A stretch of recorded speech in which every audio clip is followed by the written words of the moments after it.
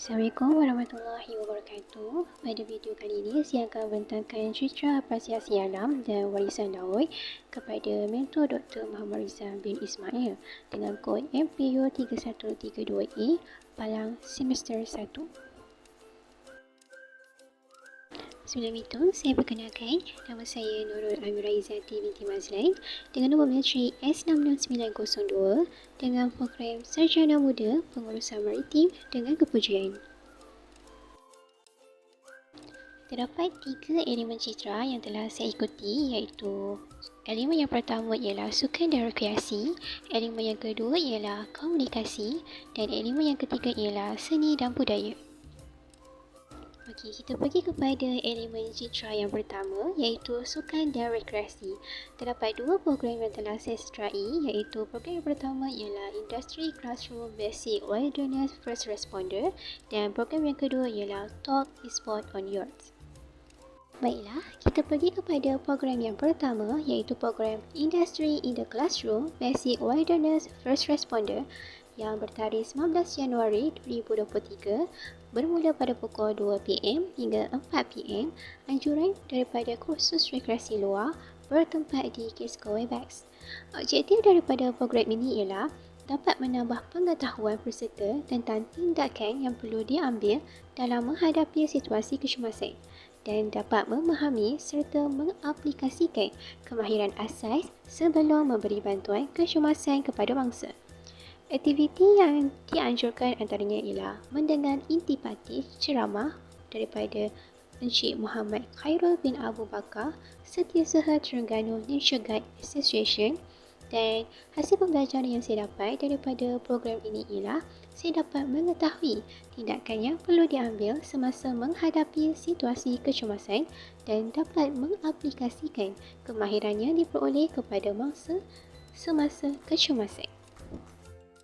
Ini adalah bukti-bukti bagi program tersebut.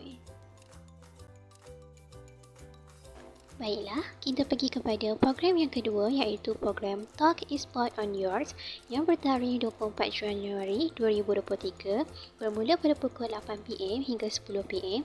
Anjuran daripada Kelab Esport UMT bertempat secara atas talian di Webex dan Facebook. Objektif daripada program ini ialah yang pertama, menerakkan sifat kepimpinan dan yang kedua, memberi perkongsian tentang e-sport. Aktiviti yang dianjurkan ialah sesi perkongsian pengalaman dan sesi mengambil gambar. Hasil pembelajaran yang saya dapat daripada program ini ialah saya dapat mengetahui e-sport lebih mendalam dan dapat meningkatkan tahap kepimpinan. Ini adalah bukti bagi program tersebut. Baiklah, kita pergi kepada elemen citra yang kedua, iaitu komunikasi. Terdapat 2 program yang telah saya sertai, iaitu program yang pertama, program Polishing Assignment Skill 2.0 PAS 2.0 dan yang kedua ialah Content Creator Talk. Baiklah, kita pergi kepada program yang pertama, iaitu program Polishing Assignment Skill 2.0 PAS 2.0 yang bertarikh 3 Disember 2022 bermula pada pukul 8 pagi hingga 1 petang. Anjuran daripada Kelab Poseso UMT bertempat di Kisco Webex Meeting. Objektif daripada program ini ialah dapat membina pengetahuan tentang cara penulisan yang baik bagi tugasan untuk setiap subjek pelajaran. Dan yang kedua ialah menunjukkan contoh-contoh kertas kerja yang terbaik dan cemerlang. Aktiviti yang dianjurkan ialah yang pertama, sesi soal jawab dan kuis dalam talian. Hasil pembelajaran yang saya dapat daripada program ini ialah kemahiran dalam mengendalikan kerja kursus dan mendapatkan grade yang tinggi. Baiklah, ini adalah bukti-bukti saya menyertai program tersebut. Baiklah, kita beralih kepada program yang kedua, iaitu program Content Creator Talk yang bertarikh 6 Januari 2023 bermula pada pukul 8 malam hingga 10.30 malam. Anjuran daripada Kelab Persada UMT bertempat di Kisco Webex. Objektif daripada program ini ialah membuka minda mahasiswa mengenai cabaran menjadi seorang content creator dan yang kedua ialah membuka minda mahasiswa untuk melakukan perniagaan atas talian melalui content creator. Aktiviti yang dilakukan ialah sesi perkongsian pengalaman dan sesi soal jawab. Hasil pembelajaran yang saya dapat daripada program ini ialah saya dapat mengetahui pelbagai cabang dalam menjadi seorang content creator, dan yang kedua ialah saya dapat menonjolkan bakat dalam content creator. Baiklah, ini adalah bukti-bukti saya menyertai program tersebut. Baiklah, kita pergi kepada elemen yang ketiga dan elemen terakhir, iaitu elemen seni dan budaya. Terdapat dua program yang telah saya sertai, iaitu program yang pertama, Pesta Jom Kambuh Enchanted of Malaysia, dan program yang kedua ialah Malam Asimilasi Satu Jiwa Budaya Bangsa. Okey, sekarang kita pergi kepada program yang pertama, iaitu program Pesta Jom Kambuh Enchanted of Nation yang bertarikh pada 21 Januari 2023, bermula pada pukul 8 AM hingga 11 PM.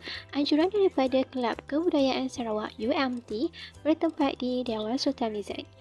Objektif daripada program ini ialah yang pertama, untuk memperkenalkan budaya daripada pelbagai kaum yang terdapat di Malaysia, dan yang kedua ialah untuk membina persekitaran yang positif antara pelajar Sarawak dan pelajar yang bukan daripada Sarawak. Aktiviti daripada program ini ialah persembahan daripada ahli Kelab Kebudayaan Sarawak dan ahli Kelab Kebudayaan yang lain. Hasil pembelajaran daripada program ini yang saya dapat ialah dapat mengenali kebudayaan dan kesenian masyarakat dan penduduk di Sarawak, dan dapat menambah pengetahuan yang mendalam dalam kesenian dan kebudayaan setiap suku kaum yang terdapat di Malaysia. Ini adalah bukti-bukti saya menyertai program tersebut. Seterusnya, kita pergi kepada program yang kedua, iaitu program Malam Asimilasi Satu Jiwa Budaya Bangsa yang bertarikh 28 Januari 2023 yang bermula pada pukul 8.30 PM hingga 12 AM. Anjuran daripada Kelab Teater Layar Opera bertempat di Dewan Sultan Mizan. Objektif daripada program ini ialah mempersembahkan persembahan teater dari Kelab Teater Layar dan mengurangkan tekanan mahasiswa.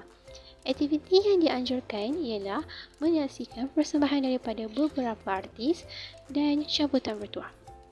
Hasil pembelajaran yang saya dapat daripada program ini ialah saya dapat mengurangkan tekanan mahasiswa.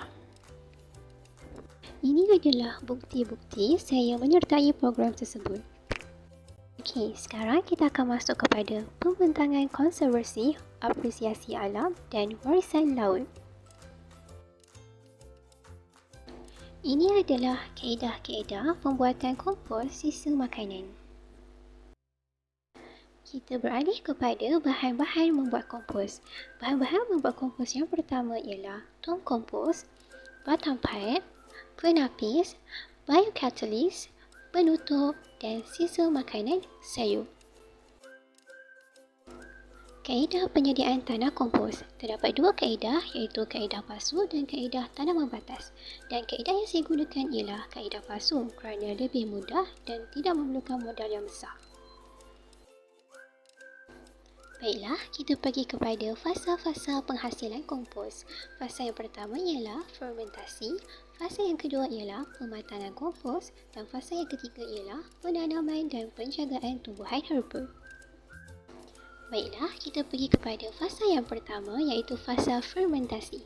Pertama, kita perlu potong sisa makanan sayur sehingga kecil. Yang kedua, kumpulkan sayur tersebut di dalam satu besin. Taburkan biokatalis atas penapis yang berada di dalam tong kompos. Yang keempat, masukkan sayur-sayur yang telah dipotong ke dalam tong kompos sebanyak 2 inci dan mangkaikan. Yang kelima, taburkan biokatalis atas sisa makanan tersebut dan ulang proses 3 hingga 5 sehingga tong kompos penuh. Dan yang ketujuh, lapisan paling atas akan ditabur dengan biokatalis dan tutup tong kompos dengan rapat. Dan yang kesembilan ialah labelkan tong kompos dan simpan selama seminggu. Seterusnya, kita pergi kepada fasa yang kedua, iaitu fasa pematangan. Pertama, masukkan 2 inci tanah ke dalam tong lain yang telah disediakan. Yang kedua, letakkan hasil sisa kompos pada fasa pertama di atas tanah. Yang ketiga, ulang langkah 1 hingga 2 hingga tong penuh. Yang keempat, tutup tong dengan rapat dan simpan selama 2 minggu. Baiklah, kita pergi kepada fasa yang ketiga iaitu fasa yang terakhir, fasa penanaman dan penjagaan tumbuhan herba. Pertama, selepas fasa 2 pematangan selama 2 minggu, maka baja kompos atau kompos matang akan terhasil. Kedua, selepas baja kompos terhasil, baja tersebut perlulah dijemur dulu separuh hari di tengah panas untuk dikeringkan. Ketiga, kemudian barulah boleh membuat tanah kompos. Keempat, campuran baja untuk tanah kompos. Baja kompos, tanah, sekam, serbuk kayu dengan nisbah 1:2, nisbah 1:1. Kemudian, gaulkan kesemua bahan tersebut hingga rata dan boleh sedia digunakan untuk menanam pokok. Untuk maklumat, proses pembajaan dan fasa ketiga dilakukan bersamaan di Taman Herba UMT Bukit Kor. Dan ini adalah cara-cara pembajaan. Pertama, gemburkan tanah di sekeliling pokok dengan menggunakan penyodok tanah. Kemudian, taburkan baja di sekeliling pokok dan gemburkan semua tanah. Ini adalah antara gambar-gambar yang sempat kami ambil ketika melakukan fasa ketiga dan proses pembajaan di Taman Herba UMT Bukit Kor. Tamat sudah pembentangan citra saya. Sekiranya ada kekurangan, mohon maaf. Sekian, terima kasih.